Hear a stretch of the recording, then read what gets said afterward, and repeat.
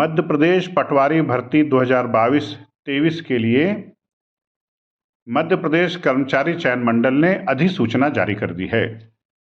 22 नवंबर 2022 को यह अधिसूचना जारी की गई है और इस भर्ती के लिए ऑनलाइन आवेदन 5 जनवरी 2023 से शुरू होंगे। तो विद्यार्थियों, एक बार फिर याद रखिए, नोटिफिकेशन की जो डेट है वो 22 नवंबर 2022 है और ऑनलाइन एप्लीकेशन भरना है आपको।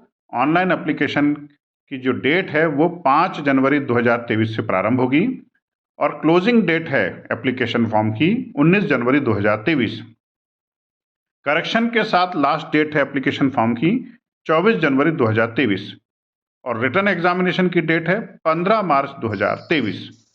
अब ये जो वैकेंसी आई है इसमें सभी समुदायों के लिए व्यवस्था है भाई। अनारक्षित भी है, ईडब्ल्यूज भी है, SC ST OBC भी है, भूतपूर्व सैनिक भी है और महिलाओं के लिए भी आरक्षण की व्यवस्था है, ठीक है ना। और इसके लिए शैक्षणिक योग्यता क्या मांगी गई है?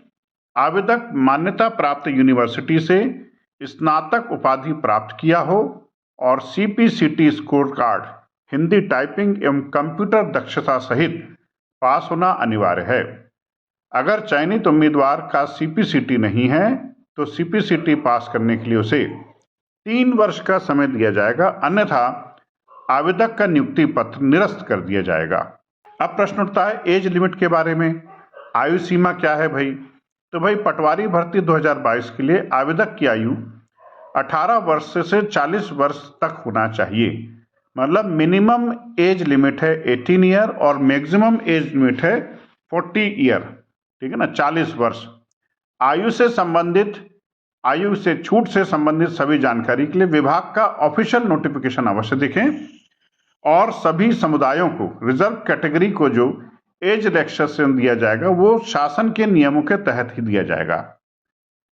एप्लीकेशन फीस की बात करें तो अनारक्षित श्रेणी के आवेदकों को 500 रुपये और आरक्षित व महिला आवेदकों को आवेदन शुल्क के रूप में 250 रुपये देने होंगे। सिलेक्शन प्रोसेस कैसी होगी भाई? सभी कैंडिडेट के लिए एक लिखित परीक्षा पास करना अनिवार्य है। उसके पश्चात आपका पर्सनल इंटरव्यू या पर्सनालिटी टेस्ट होगा, फिर डॉक्यूमेंट्स वेरिफिकेशन होगा और उसके बाद फाइनल मेरिट लिस्ट जारी की जाएगी। तो आवेदन प्रक्रिया ऑनलाइन रहेगी। आवेदन करने के लिए कुछ जानकारी के अनुसार फॉर्म भरें। सबसे पहले ऑनलाइन आवेदन करने के लिए आपको MPPEB ऑफिशियल वेबसाइट http://www.peb.mp.gov.in पर जाना होगा। वहां होम पेज पर आपको पटवारी भर्ती 2022 लिंक को खोजना होगा और ऑनलाइन अप्लाई के लिंक पर क्लिक करें। क्लिक करने के बाद आपके सामने MP पटवारी भर्ती 2022 का आवेदन फॉर्म खुल जाएगा। फिर आपको इसमें सभी महत्वपूर्ण जानकारियां ध्यान से भरनी होंगी। इसके बाद जरूरी दस्तावेजों की एक कॉपी अपलोड कर दें और इसके बाद आवेदन फीस का भुगतान करके सबमिट करें। ध्यान रखें, अंत में आवेदन पत्र का प्रिंट आउट जरूर निकाल लें, संभाल करके रखें। इसमें एप्लीकेशन नंबर होता है जिसके माध्यम से आप अपने आवेदन फॉर्म की स्थिति जान सकते हैं और बाद में एडमिट कार्ड भी डाउनलोड कर पाएंगे। आपको बेसिक हर चीज की जानकारी होनी चाहिए कि आपके आसपास क्या घटित हो रहा है। आपको हर चीज के बारे में थोड़ा बहुत पता होना चाहिए।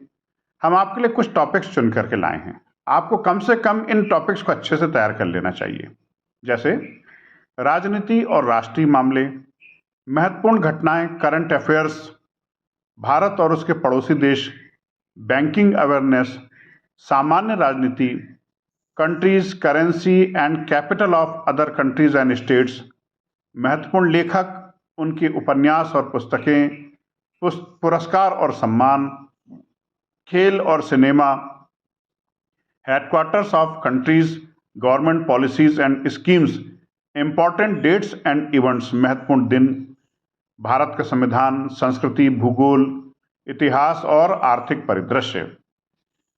फिर अब हम बात करते हैं क्वांटिटेटिव एप्टीट्यूड की।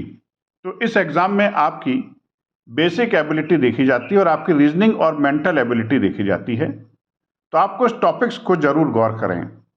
संख्या प्रणाली से संबंधित समस्याएं, भिन्न संख्या, मौलिक अंकगणितीय समस्याएं, दशमलव, संख्याओं के बीच संबंध, औसत और ब्याज, लाभ और हानि, प्रतिशत, संपूर्ण संख्याओं की गणना, समय और काम, अनुपात और समानुपात, समय और दूरी, अनुपात और समय, क्षेत्र मिति आदि। इस एग्जाम में आपसे हिंदी से जुड़े हुए सवाल भी पूछे जाते हैं और पूरे एग्जाम में इस सेक्शन से 20 मार्क्स के पूछे जाएंगे, ठीक है ना। तो आपके पास इस सेक्शन को छोड़ने का कोई मौका नहीं है। तो आपको हिंदी में भी कुछ चीजें तैयार करना होंगी, जैसे वर्तनी की सामान्य अशुद्धियां, शब्दों के लिंग, बहुवचन, किसी वाक्य को अन्य लिंग में परिवर्तन, अशुद्ध वाक्यों के शुद्ध रूप, मुहावरे व उनके अर्थ, विलोम शब्द, पर्यायवाची शब्द, उपसर्ग, प्रत्यय, अनेक शब्दों के लिए एक शब्द, मुहावरे, लोकोक्तियां, संधि विच्छेद, समास, रचना एवं रचयिता, क्रिया से भाववाचक संज्ञा बनाना। इस एग्जाम में 20 मार्क्स के बेसिक कंप्यूटर से जुड़े सवाल भी पूछे जाएंगे। हमने कुछ टॉपिक निकाले हैं, है ना, जैसे basics of computer, history of computer, hardware and software, functions of computer, CPU and networking, internet surfing, Microsoft Office, Word, Excel, PowerPoint, data handling, icons and toolbars, search engine. और सबसे महत्वपूर्ण बात, इस बार पटवारी के syllabus में rural economy और पंचायती राज को भी अच्छा स्थान दिया गया है। इनके भी 20 क्वेश्चन तो पूछे जाएंगे।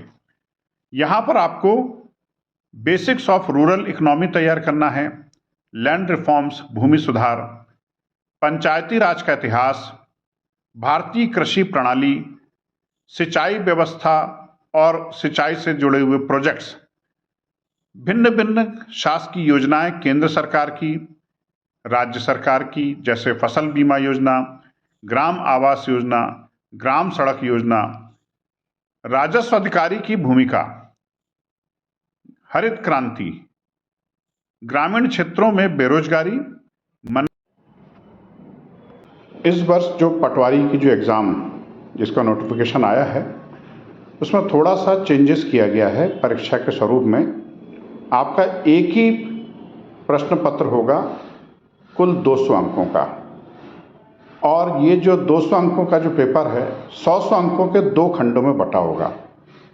खंड अ में सामान्य विज्ञान, सामान्य हिंदी, सामान्य अंग्रेजी व सामान्य गणित के प्रश्न होंगे।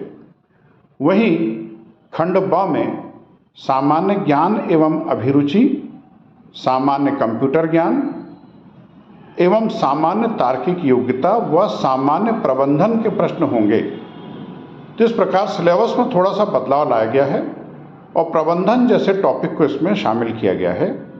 अंग्रेजी को भी स्थान दिया गया है भाई, है ना।